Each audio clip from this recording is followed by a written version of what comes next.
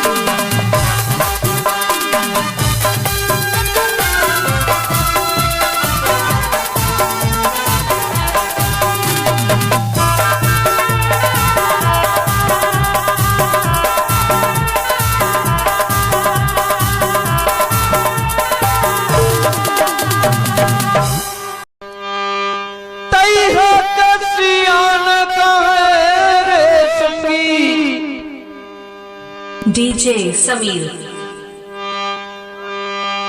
जेकर धन्ना सिरावत हाथ तू झंडौ की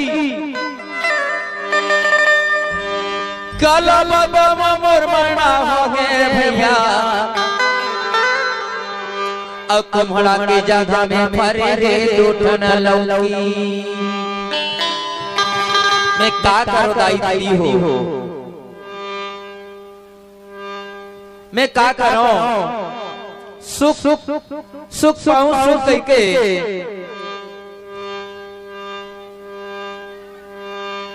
दो झंडों की शादी करके लाए हो छोटी बड़की रखते हो मोर मरना होगे रे दादा नहीं बचाऊंगी मोर मरना होगेगा बाबू नहीं बचाऊंगी मोर मरना होगे रे दादा नहीं बचाऊंगी मोर मरना होगेगा बाबू नहीं बचाऊंगी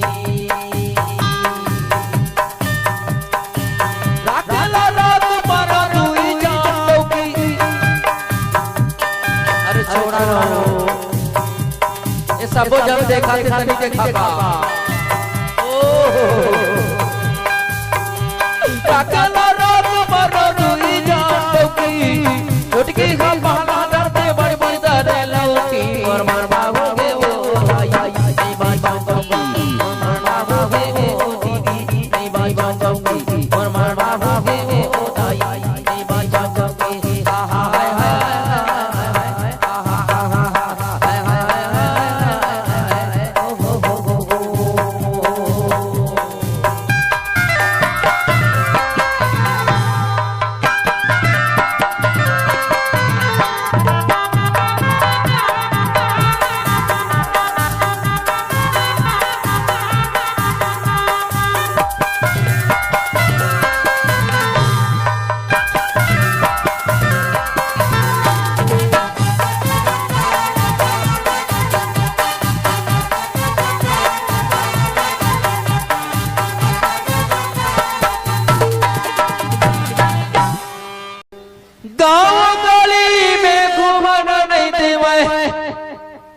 हड़बड़ दे दे मोलादारी बरखा जानी घूस घूस कसम पैरा के मैं सब करे रही तो डर लागे मोला भारी क्या करो दीदी मुरमरना हो गए वो दाई नहीं मां मुरमरना हो गए वो दीदी नहीं मां मुरमरना हो गए वो आई नहीं मां मुरमरना हो गए वो दीदी नहीं मां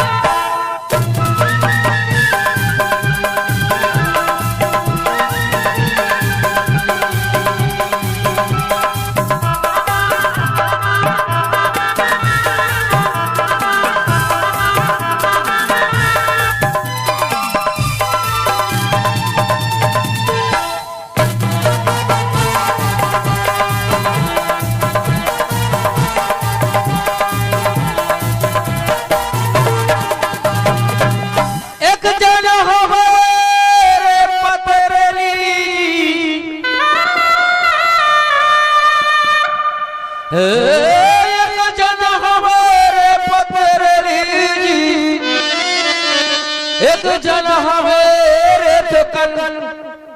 मुटकी इकर बोली भाषा में बम फूटे मैं फेंकाई तो दुरिहा इकर बोली भाषा में बम फूट गए बाबू मैं फेंकाई लातों ने मोर लाठी ने कहा गए मान ला बताओ आज